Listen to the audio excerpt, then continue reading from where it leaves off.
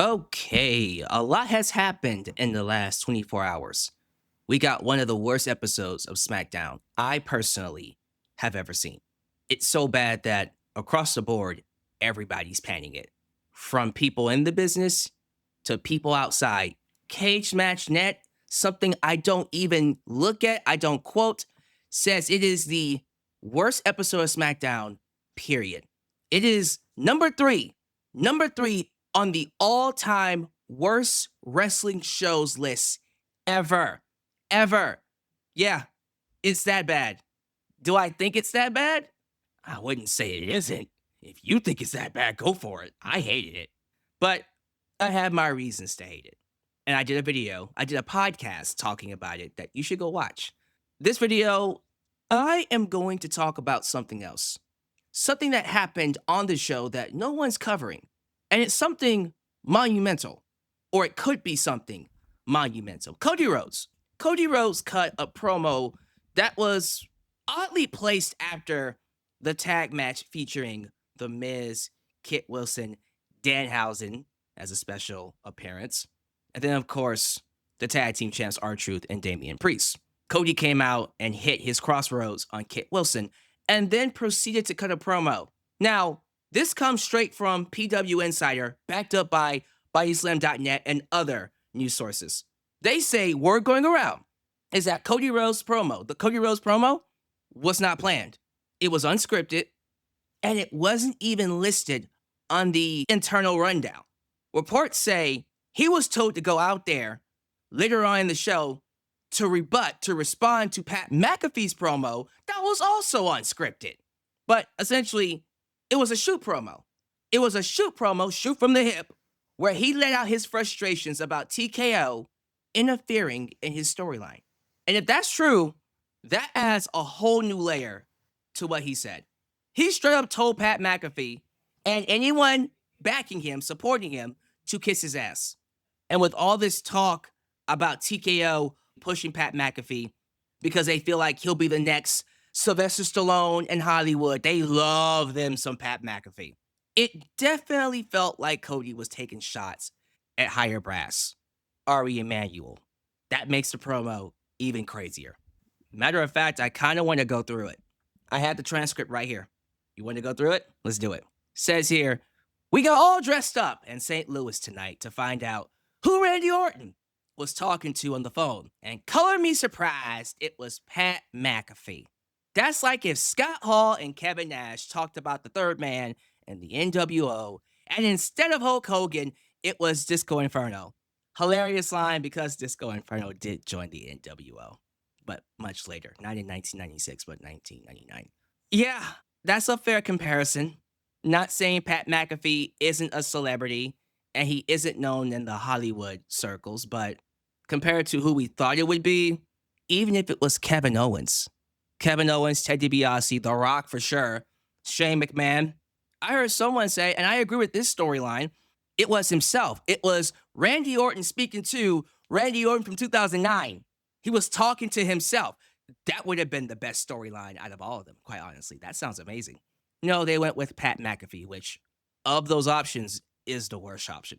Could it end up being something down the line? Sure. But right now, I'm personally not all that invested, especially 2 weeks out. If they would have done this a month ago after Chamber, giving it some time to breathe, maybe I could have gotten invested. But right now, not feeling it. He keeps going. He says, Pat, you stoner, grifter, Logan Paul without muscles. They really don't like Logan Paul.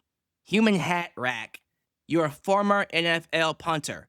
But Pat, you and everyone who represents you, and you know who I'm talking to, can kiss my ass. There it is. There's the line. And that feels like a shot at TKO Brass, Ari Emanuel, maybe even The Rock. The people who really like Pat McAfee. And then he says, oh no, was that too far? What are you gonna do? Fire me? It sure worked out for you the last time. That came right out of the Shawn Michaels playbook. Because Shawn said the exact same thing. He used to say the exact same thing all the time. You're looking at your main event. That was Shawn Michaels. He says, is that what Randy Orton was for his legacy for 15? St. Louis's own Randy Orton. You keep saying it's not personal.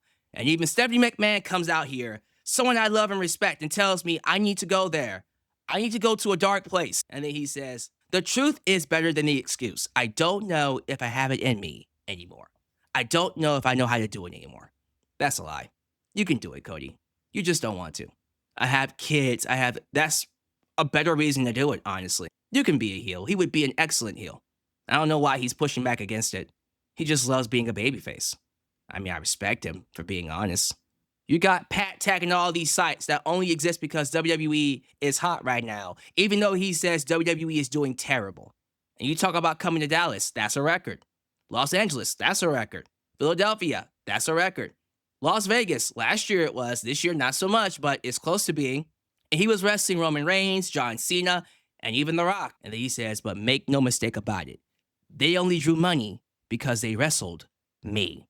This feud, this wrestling match between him and Randy Orton is rich with 20 years of history. And here I am, hearing the voices inside my head finally, but you don't want to hear what they have to say. That was his shoot promo. Lots of frustration to that. And you know what? If that was a shoot on Pat McAfee, on TKO, interfering in the storyline, respect to Cody. Cody is a fan at heart. Cody doesn't care whether he's a heel or a face. He will do whatever they want him to do, just like John Cena. That's why I respect him. But it's funny to me. We got people right on cue coming out saying, let it play out. It's not that deep. You would still be complaining if you got what you want. My favorite, stop watching the product. People in the company don't like this.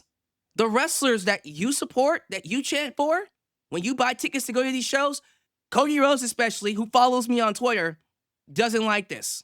If that was a shoot promo, he's coming out saying that was crap. These same defenses loyalists used when Vince McMahon was running WWE, and he was running it into the ground. These never work. These aren't good faith arguments.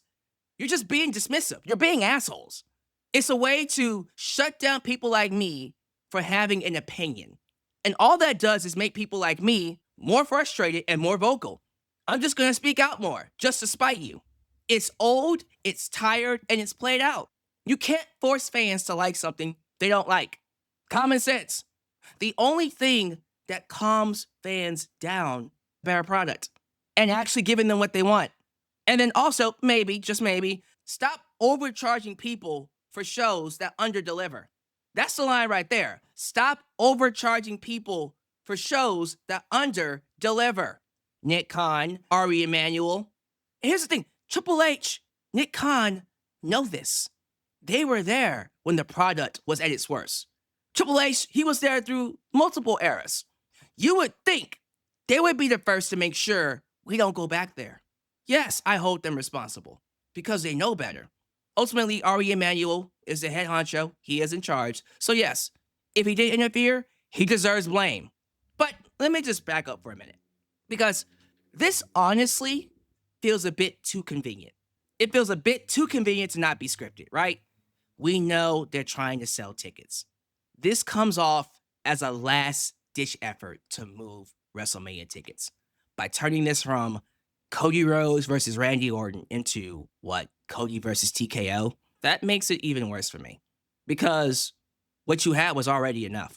I mean, Drew should have gone into WrestleMania as champion. We really should be getting Drew versus Sami Zayn. That's just my opinion, but we're not getting that. Fine. Cody versus Randy. That's enough. It would have been better if Cody was the heel and Randy was the face, but regardless, you have 20 years of history. You had everything you needed. All you had to do was put the right people in the right alignments. Nobody was going to boo Randy Orton. Nobody is going to boo Randy Orton, even with Pat McAfee by his side.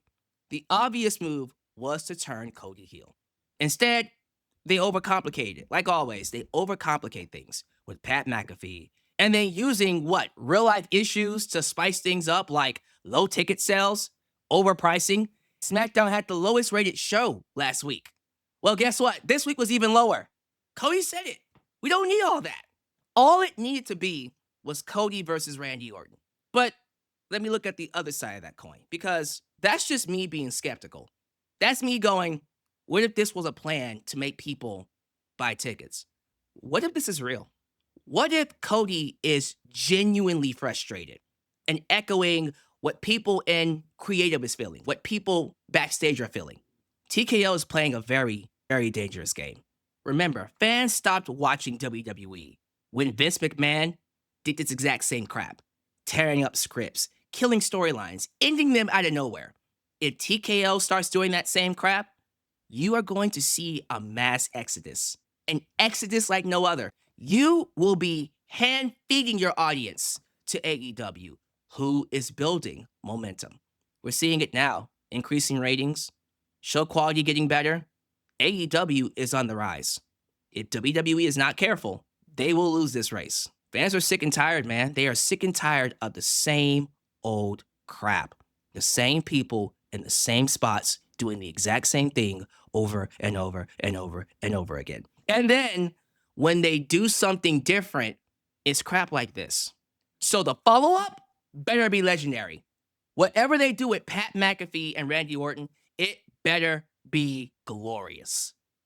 Otherwise, whatever hate you get as a result will be your fault, and you will deserve it. That's my thoughts on that. Give me your thoughts about this down below. Do you believe it's scripted? Do you believe this is planned? Or do you think it was genuine? I'm curious to know your thoughts. Thank you guys for watching. Do all the YouTube things. Like the video, subscribe, and click that bell to catch all my content when it comes out. Follow me on social media, Facebook, Twitter, Instagram, TikTok, and donate using PayPal, Patreon, Cash App, and Venmo. I love you all, and I will catch you guys next time right here at Alyx's World. A place that is, was, and forever will be a safe space for wrestling fans like you. I'm out of here. Peace.